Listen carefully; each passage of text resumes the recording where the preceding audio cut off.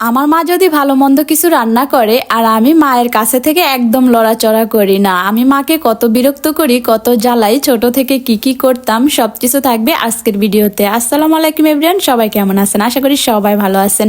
তো আমার মা আজকে কি মজার মজার রান্না করবে আর সেগুলোই আপনাদের মাঝে আমি তুলে ধরবো। দেখুন আমার মা যেভাবে রান্না করে আমি কিন্তু সেগুলোই আপনাদের মাঝে দিই।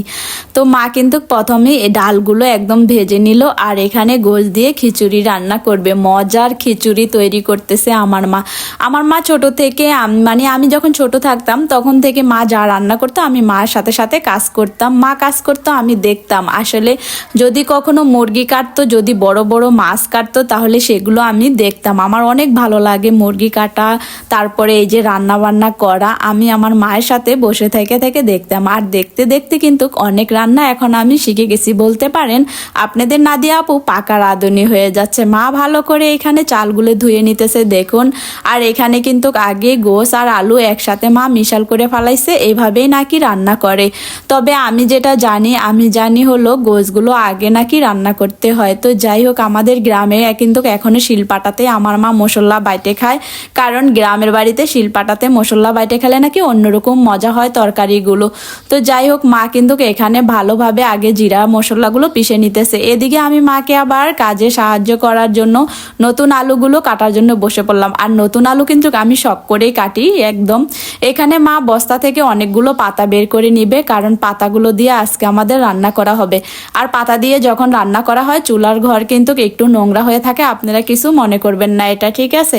তো মা এখানে ভালো করে পেঁয়াজ কুচিগুলো দিয়ে দিল, আমি লাড়তেছিলাম। দেখুন এইভাবেই কিন্তু আমি সবসময় রান্নাঘরে বসে থাকি আর মাকে বিরক্ত করি। আমার মা কিন্তু একা একা সব মশলাগুলো এক এক করে দিয়ে দিতেছে। দেখুন এখানে আদা রসুন বাটা, জিরা বাটা, মা যত মশলা ছিল সব কিন্তু দিয়ে দিবে। আর এই রান্নাটা কিন্তু আমার অনেক ভালো লাগে। আমার মা যখন ছোট থাকতাম তখন থেকে এই রান্নাগুলো আমাদেরকে করে খাওয়ায়।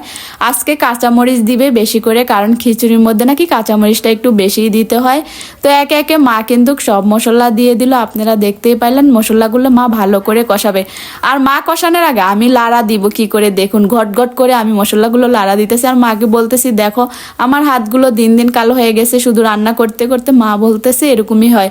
তো মাকে কিন্তু এরকমই আমি বিরক্ত করি। আর দেখুন মা গোশগুলো দিতেছে আর আমি লাড়তেছি। আসলে এরকমই আমি ছোট থেকে করি, এগুলো আমার অনেক ভালো লাগে। তো আমার মতো কে কে আছে মাকে বিরক্ত করে কমেন্টে বলে যাবা লক্ষ্মী আপুরা।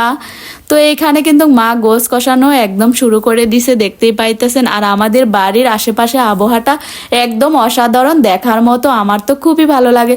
আর আমার মা এদিকে রান্না করতে করতে আমার খিদা লেগে গেছে। আমি ছোট